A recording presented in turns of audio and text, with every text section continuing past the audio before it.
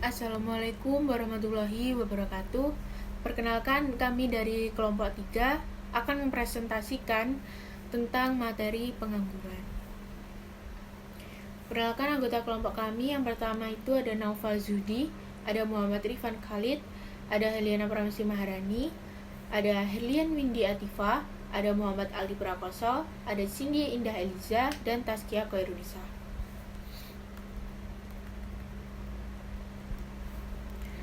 Apa sih pengangguran itu? Pengangguran adalah semua orang dalam referensi waktu tertentu, yaitu pada usia angkatan kerja yang tidak bekerja, baik itu dalam arti mendapatkan upah atau bekerja mandiri. Kemudian mencari pekerjaan dalam arti mempunyai kegiatan aktif dalam mencari kerja tersebut. Definisi pengangguran menurut Sadana Sukirno adalah suatu keadaan di mana seseorang yang tergolong dalam angkatan kerja tapi belum mendapatkan pekerjaan. Ada banyak penyebab terjadinya pengangguran, tapi di sini saya akan menyebutkan beberapa saja. Yang pertama, adanya ketidakseimbangan antara lapangan kerja dengan jumlah tenaga kerja. Yang kedua, kurangnya pendidikan dan keterampilan.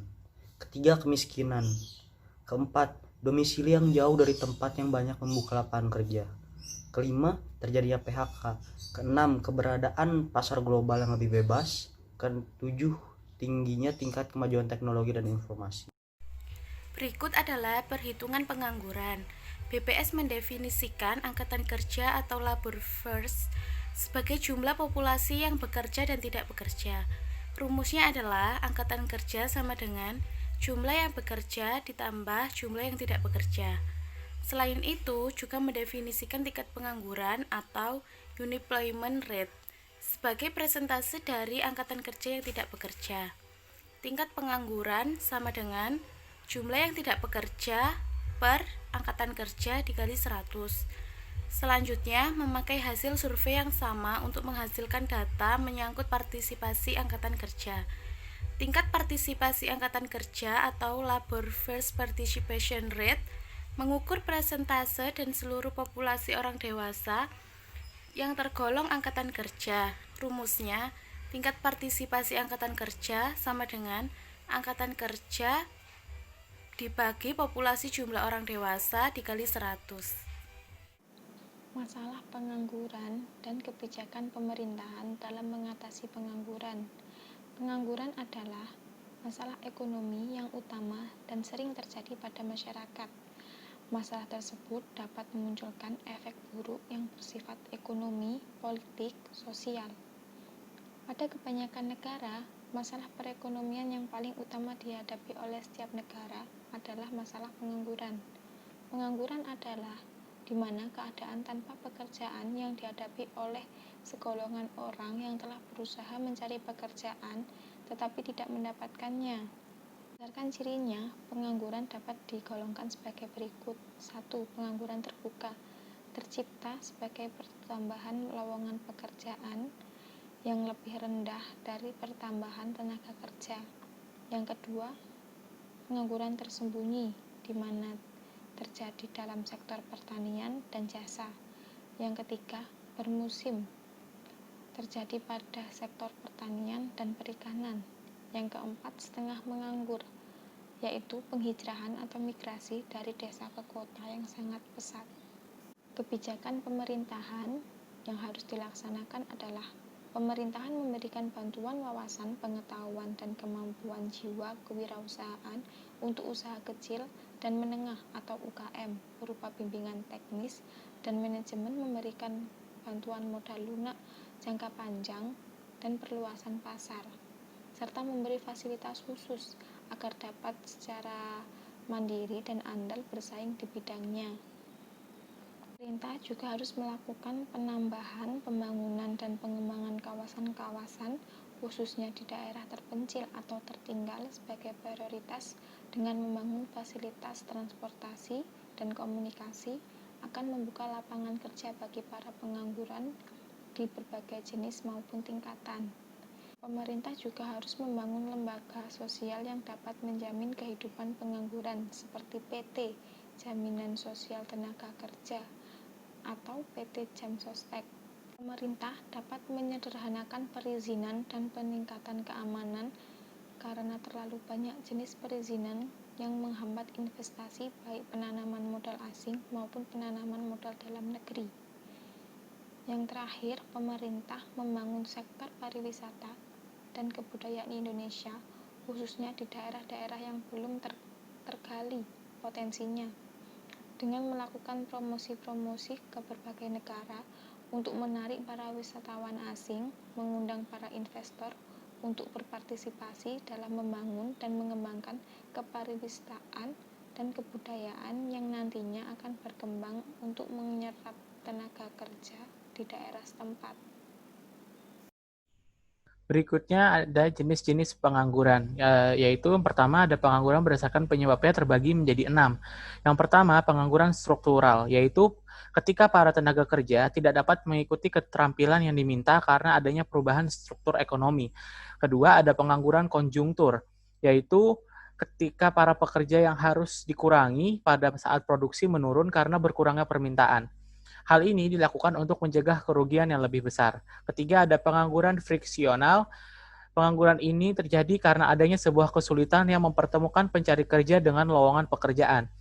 Hal ini terjadi karena banyak hal, tetapi biasanya letak geografis dan kekurangan informasi menjadi penyebab utamanya. Yang keempat, ada pengangguran musiman. Pengangguran ini terjadi karena adanya perubahan musim. Misalnya petani, mereka hanya akan bekerja pada saat musim tanam dan musim panen, tetapi setelah itu mereka akan menganggur.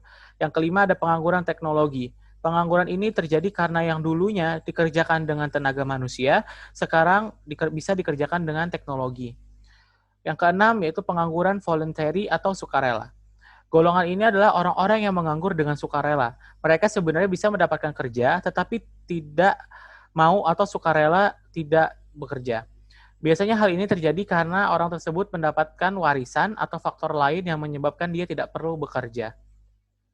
Selanjutnya ada pengangguran berdasarkan sifatnya terbagi menjadi 3. Yang pertama ada pengangguran terbuka, yaitu pengangguran yang tidak memiliki pekerjaan. Pengangguran terbuka terjadi karena kurangnya kesempatan kerja yang ada, tidak mau bekerja, atau adanya ketidakcocokan antara lowongan kerja yang tersedia dengan latar belakang keahlian.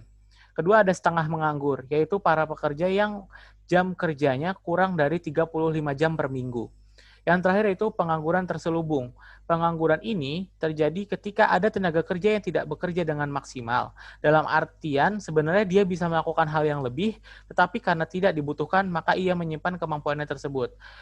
Contohnya misal seorang bos, bos perusahaan ingin membuat mobil, hanya membutuhkan 2 pekerja. Tetapi karena dia tidak tega melihat keponakannya menganggur, maka dia tarik keponakannya itu untuk bekerja. Karena sebenarnya hanya dibutuhkan 2 orang, sehingga jadi orang ketiga atau keponakannya ini tidak menggunakan keahliannya secara maksimal. Selanjutnya akan dijelaskan oleh teman saya. Dampak pengangguran dalam perekonomian dan kehidupan di masyarakat. Ada 2, yaitu dampak pengangguran dalam perekonomian sama dalam kehidupan masyarakat dampaknya. Yang pertama dalam perekonomian. Yang pertama menurunkan pendapatan per kapita dan pertumbuhan ekonomi. Orang yang menganggur tidak akan menghasilkan barang maupun jasa. Maka dari itu semakin banyak orang yang tidak bekerja, maka produk domestik bruto atau PDB yang dihasilkan akan semakin menurun. Yang kedua, kemiskinan. Kemiskinan karena seseorang yang menganggur tidak mendapatkan penghasilan sama sekali sehingga menyebabkan seseorang tersebut mengalami kemiskinan. Yang ketiga, menurunkan penerimaan negara. Orang yang tidak bekerja atau menganggur tidak memiliki pekerjaan sehingga tidak adanya pendapatan yang dimiliki. Hal itu berarti semakin banyak orang yang menganggur maka akan semakin turun pula penerimaan negara yang diperoleh dari pajak penghasilan atau PPh. Yang selanjutnya, dampak pengangguran dalam kehidupan masyarakat. Yang pertama, pendidikan menurun. Pendidikan menurun bagi orang tua yang mengalami kehilangan pekerjaan, terkadang bisa mengorbankan pendidikan anaknya akibat tidak bisa membiayai sekolah. Yang kedua, kesehatan menurun. Karena orang yang menganggur tidak memiliki penghasilan, akibatnya orang tersebut tidak bisa memenuhi kebutuhan hidupnya sehari-hari dan kurang memperhatikan kesehatannya. Yang ketiga, tindak kriminal semakin meningkat. Pada dasarnya orang yang tidak memiliki penghasilan atau menganggur tidak memiliki penghasilan sehingga akan menyebabkan orang melakukan tindak kriminalitas, misalnya seperti mencopet, merampok, dan lain sebagainya. Ada 5 cara untuk mengatasi pengangguran. Yang pertama yaitu membuka lapangan kerja. Hal yang paling penting untuk mengatasi pengangguran adalah dengan membuka lapangan pekerjaan sebanyak-banyaknya. Dengan meningkatnya lowongan pekerjaan, semakin banyak juga pencari kerja yang akan melamar. Hal ini dapat meningkatkan peluang para pekerja untuk mendapatkan pekerjaan. Nomor 2 yaitu meningkatkan peredaran modal usaha. Meningkatkan peredaran modal usaha juga dapat mengatasi meningkatnya angka pengangguran di negara. Meningkatkan peredaran modal usaha dapat membuat jumlah tenaga kerja menjadi bertambah. Yang ketiga yaitu dengan menempatkan pencari kerja di tempat yang tepat. Solusi yang satu ini dapat membuat pencari kerja lebih mudah mendapatkan pekerjaan dan lebih loyal pada perusahaan. Selain itu, pemerataan pekerja di berbagai bagian akan membuat pekerjaan lebih mudah dilakukan dan pekerja lebih mudah mengerjakan pekerjaan. Hal ini membuat produktivitas pekerja meningkat dan berkurangnya pengangguran karena salah penempatan pekerjaan. Yang keempat yaitu melatih para pencari kerja untuk membuat usaha sendiri. Hal ini dilakukan agar lowongan kerja menjadi semakin banyak dan tingkat pengangguran menjadi menurun. Dengan mengarahkan para pencari kerja untuk membuat usaha sendiri yang sesuai dengan passion mereka, pekerja juga jadi semakin semangat berwirausaha. Yang terakhir yaitu memberikan penyuluhan ke masyarakat. Beri penyuluhan untuk masyarakat mengenai teknologi dan perekonomian. Hal ini dilakukan karena banyak orang menganggap bahwa pengangguran adalah masalah yang harus diatasi oleh pemerintah saja. Padahal pengangguran juga dapat diatasi oleh pencari kerja. Pencari kerja yang lebih awam dengan keuangan dan teknologi tentunya akan lebih mudah diterima oleh perusahaan dibanding dengan yang tidak awam.